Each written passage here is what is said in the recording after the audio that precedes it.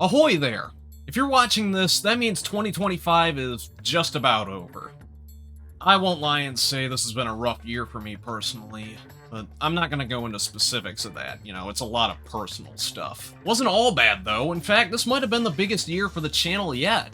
Not necessarily in terms of views, but in terms of content output, and a bunch of other milestones and whatnot, so let's dive into this craptastic year that was 2025.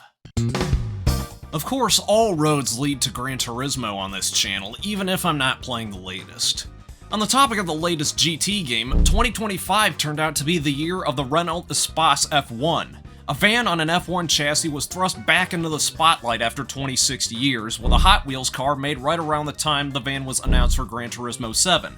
Again, it took 26 years for the Espace F1 to return to Gran Turismo, last appearing in Gran Turismo 2 in 1999. The annual challenge run this year was using red cars only in Gran Turismo 2. I'd say this was one of the least difficult challenges I've tried in the game due to how common the color red is, in comparison to a color like purple or yellow. The video about Gran Turismo clones that I did was the biggest video of the year by volume of views, at least as far as I know going into the end of the year. I really had fun with this one. I just found it so fascinating that there were a lot of licensed car games copying Gran Turismo in the early to mid-2000s. Hell, just a lot of licensed car games in that generation altogether. And actually, the thumbnail that I made for the video isn't actually 3D. It was all composed in 2D in Paint.net using some blur filters and a bit of hand drawing. After playing Forza Motorsport 05 for the video, I'm starting to realize why there aren't as many Forza Motorsport challenge runs on YouTube. Because the campaign itself is just very linear and starts to drag. You're repeating the same races on the same tracks, just with more laps. A challenge run in Forza Motorsport 05 is not completely off the table, but it's starting to look very unlikely at this point. This year, I may have struck gold with the launch of Too Hard For You in the last half of the year. It's where I play through various racing games in a quest to find out which one is the most difficult. For this series, I took some inspiration from the Worst Fighting Game Ever series by Matt McMuscles, because the format just seemed to work out very well for this idea. I've always wanted to make some informative or analytical video series about racing games, and I think this is doing a better job at it than Virtual Garage did in the same year. The games I featured in this year were Gran Turismo 3 and 4, as well as Burnout 3 Takedown. On that note, I also decided to start Decem Burnout, where I discuss games in the Burnout series during December. I thought the title was at least a fun portmanteau. I found myself enjoying Gran Turismo 4 and Burnout 3. I mean, I've always liked Burnout 3, but Gran Turismo 4 was honestly surprising to me. I was having more fun with that game than I ever did in the past. Part of that is going back to a game I previously wasn't enjoying with a fresh perspective, and I ended up getting further in that game than I'd previously done before. I'm really looking forward to testing my resolve with other games, and I'm strongly considering games like Richard Burns Rally and F-Zero GX. You might see those games in the near future. Throughout 2025, I was not afraid of trying new things. That said, most of these experiments did not pay off in terms of engagement. That's not to say I didn't enjoy making these videos. At the start of the year, I did a sort of review for a camera, that being the Vivitar VEC XX100 tested at the Detroit Auto Show. I summarized that it felt cheap and had horrendous battery life. You got what you paid for.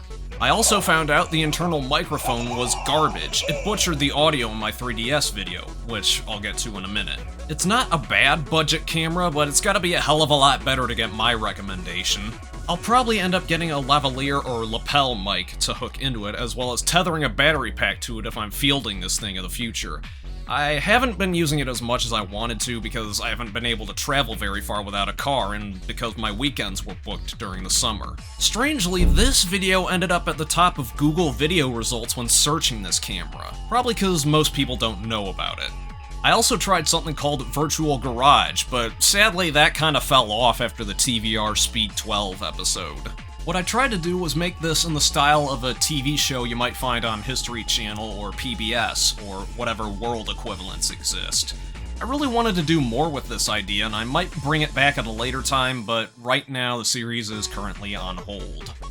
Then there was that LEGO video with Forza Horizon 5. I thought it was an interesting concept, but it seems to be rather niche. Then there was the PS1 racing game Evolution video. I thought it would do better, but alas, it just wasn't meant to be. Maybe for videos like that, it'd probably be better if I didn't speak in them and sampled more games throughout the years. Then there were other videos like the PS1 demo disc video. I tried this for nostalgia's sake, but as they say, hindsight is 2020. 2025 was also the year I tried my hand at semi-scripted discussion videos with the What Makes a Game Fun video. But I guess we're not ready for that yet. But your kids are gonna love it. I also decided to give the room tour thing a try, as I decided to do the room tour thing as a baseline to compare over the next several years. But I imagine this isn't going to change much in 2026, unless I get a job that doesn't totally blow. The video about water racing games was my favorite video that I worked on that didn't meet expectations. I honestly don't know what went wrong here. Maybe it's just not that big of a topic. And then there was that 3DS video, but that was because of something that I'm going to talk about next.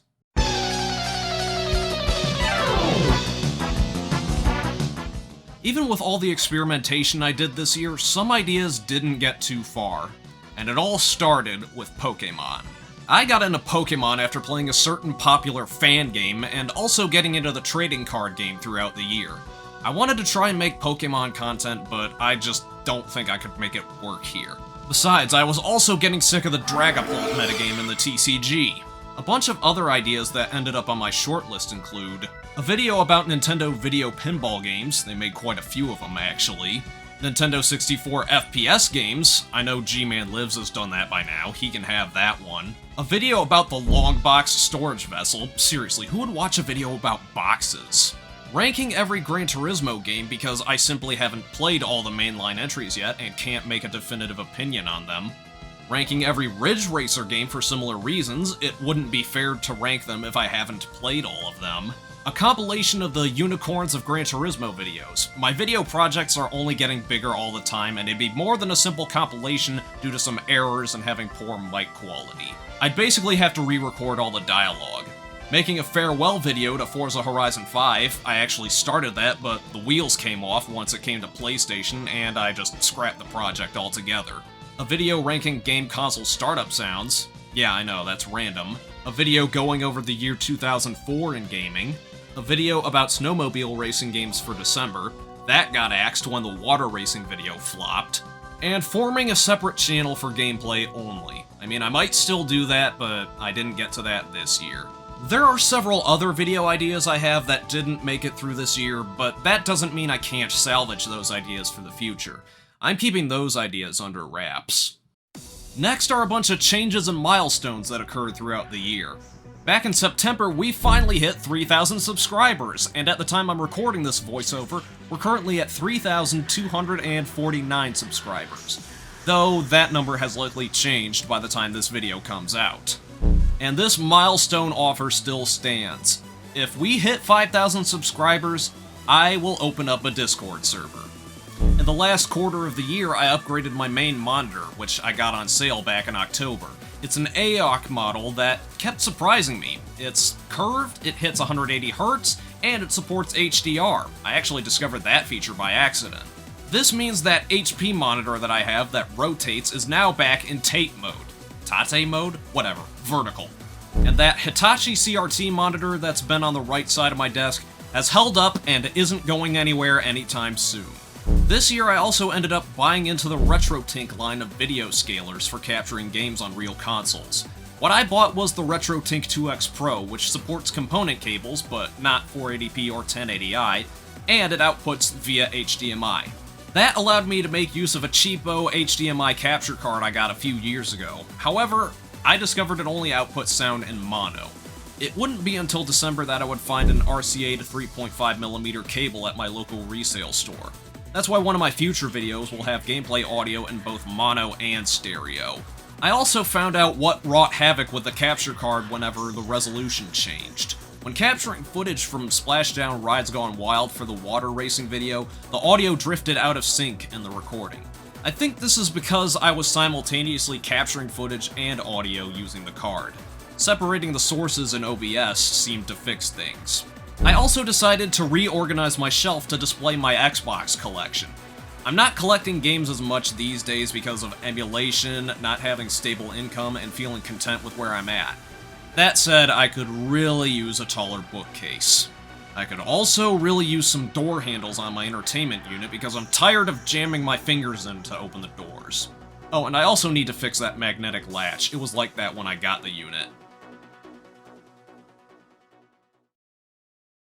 So, what's next for 2026? Well, I've already got some more episodes of Too Hard For You in the works, including one about Midnight Club 3 Dub Edition. I pretty much confirmed that project back in November. What I've also got in store early next year is a large project about Halo Infinite and why you won't be seeing me putting more Halo content on the channel. That's pretty much going to be a one-time deal. I'll save details for when the video comes out. I'm also planning on including the occasional love letter to the Nintendo 64 because I just love that system to death. No, I'm not buying an Analog 3D nor a Mod Retro 64. New systems are expensive. Thanks, world. I've also got another annual GT2 challenge run in the works, and I've already finished filming it months in advance. However, I'm not sure if I'll be releasing it on March 13th, which is the date I've set for my annual GT2 runs. If anything, 2025 was the year of scope creep. My projects kept ballooning, and it's causing me a great deal of stress to release these videos on a deadline. It also means I'm running out of hard drive space. I've recorded so much footage over 2025 that I may either have to look into buying another hard drive, scavenge for one somewhere in my room, or look into setting up a NAS for all my storage. Seeing as computer prices are skyrocketing for the next couple of years, I doubt I'll be buying a NAS. I need to figure something out though, as I currently can't archive all my footage. It might help also by looking into finding a real job. But all the things I wanted to do out of college were marred by layoffs and AI. No one wants to hire any creatives anymore since they can hire a robot to spit out graphics for them.